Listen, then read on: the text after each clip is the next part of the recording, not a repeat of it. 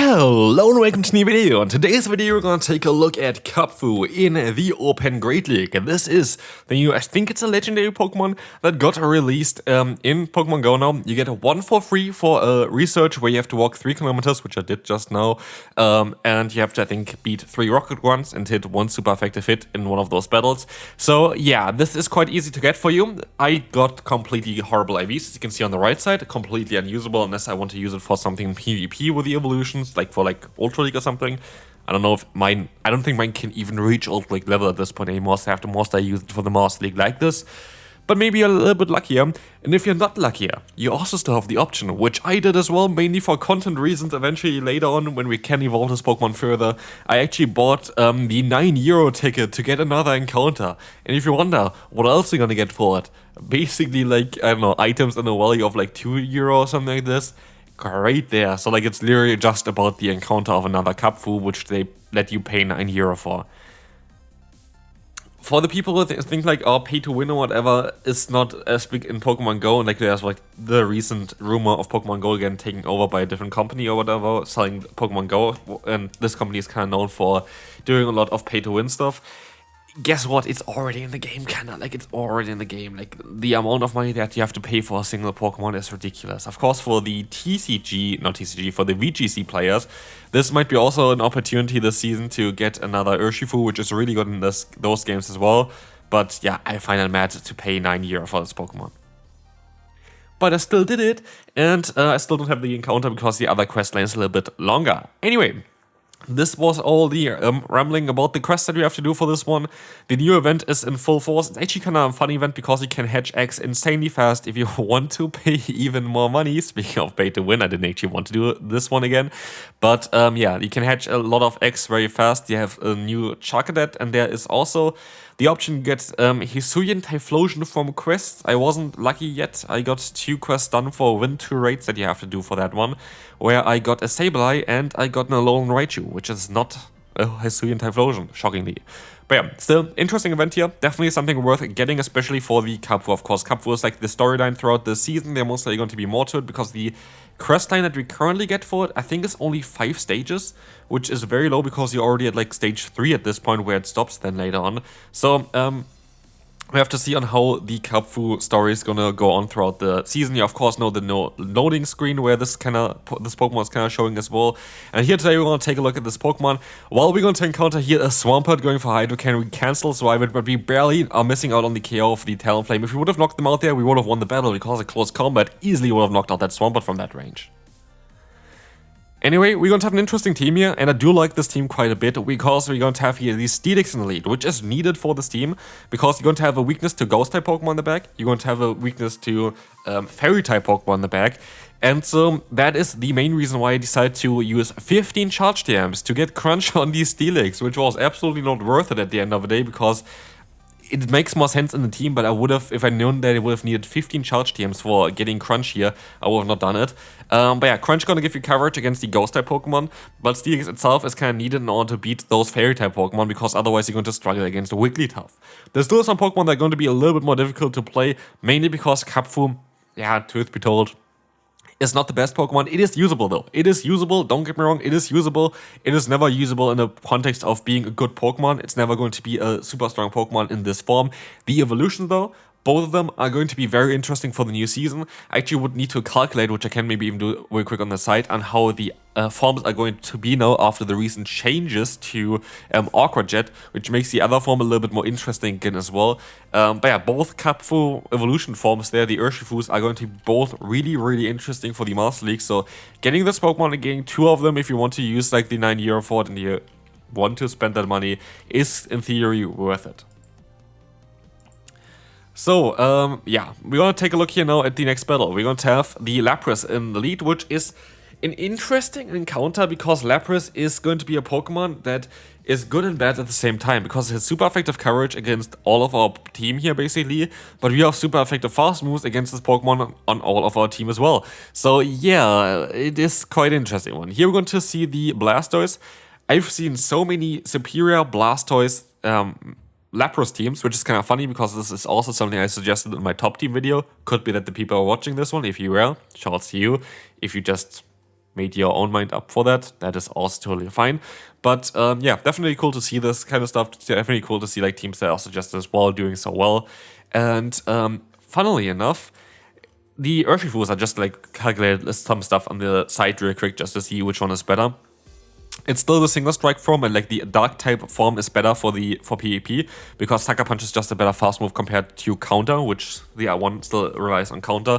But we don't know if they're gonna get their signature moves as well, which would be really cool, which can change completely the matchup as well. But both of them, Urshifu Rapid Strike and Urshifu Single Strike, are going to be worth it when they're gonna be released because both of them have some nice encounters and like some nice matchups.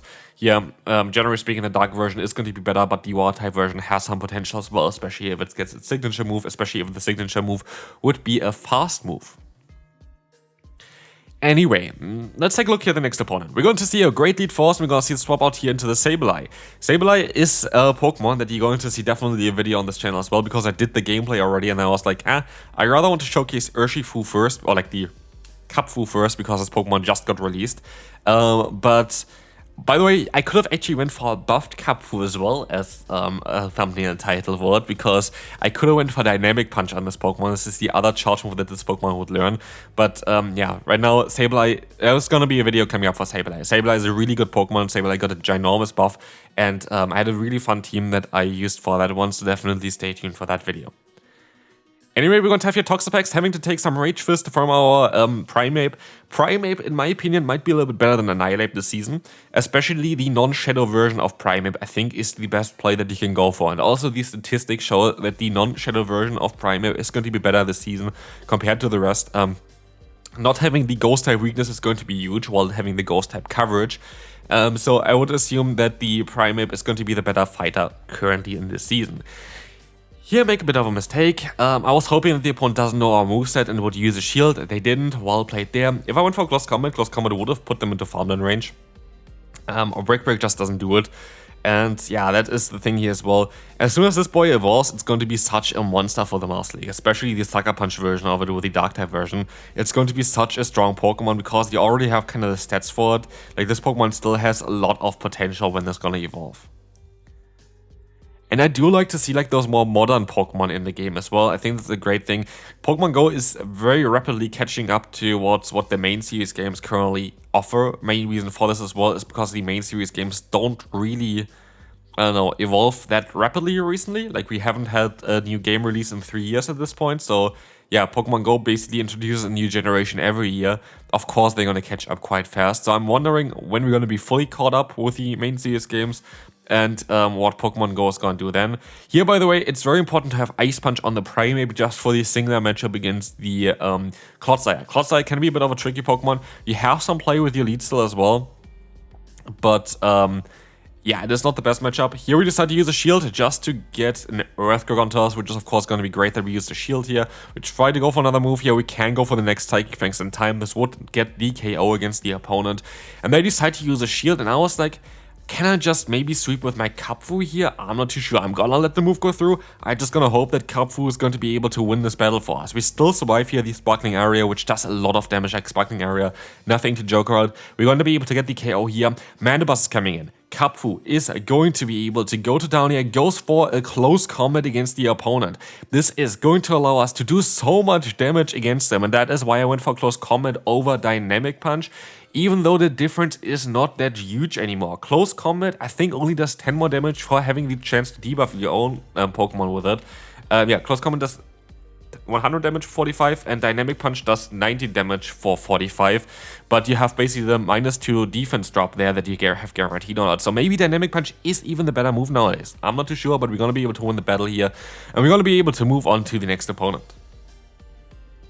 Encountering a pretty bad lead and a pretty bad save-swap for us is going to be something where we're going to try our best to realign ourselves with the Primeape. Primeape has the option at least to spam those Rage Fists, and this is why I like the non-Shadow variant a little bit more than the Shadow variant currently. You're just going to be able to prolong the game, and the longer the game is, the better it's going to be for Primeape, because the more attacks you're going to buff there with the Rage Fist, which is going to be so great. So Rage Fist coming through here against the opponent again. This is going to do so much damage because we're at +2 at this point. We're going to get the shield from the opponent, and we're sadly not going to be able to outspeed them here. But what we do get is an energy dry Toxapex that can get fully farmed down by our Kubfu, but as we will see, by our Steelix, but our Kubfu is going to be able to now align themselves against the Dunsparce.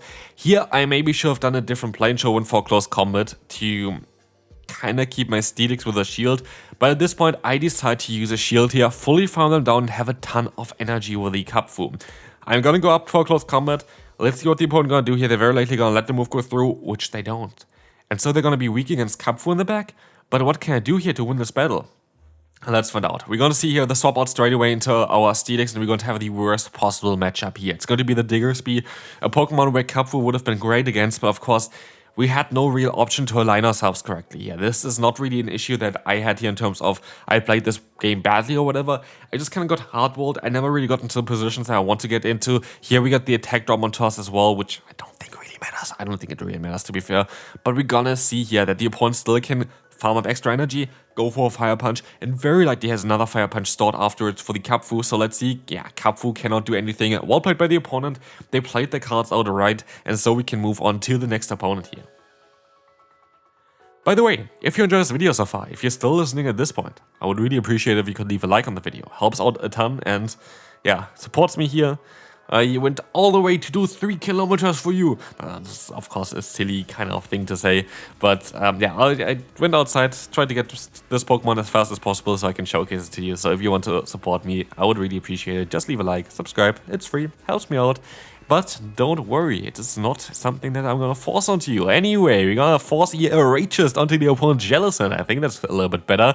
And we can use a shield here. And that's the benefit of having the Primeape without the Shadow bonus. Look at our health, we're still gonna be able to take some hits here, which we would have not been able to do with the Shadow variant here. And look at the damage of that nice move here from us. Our Ice Punch does so much damage against the opponent's Clodsire. And they also gonna go for a BM move here. Shows you, I like that a lot. Anyway, they're very likely gonna go for the Earthquake now, so I don't know why they went for the Sludge Pump.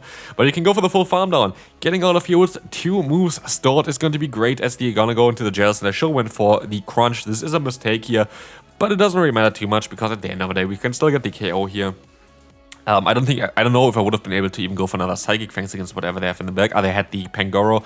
Would have not had that anyway. But look at this, we have the better fighter here. Kubfu is gonna take that Night Slash like it's nothing, and we're gonna be able to go ahead, let the move go through from the opponent. It's gonna be the close combat to wreck us, but it doesn't matter because we still have our Primeape, and one fast move will seal the deal.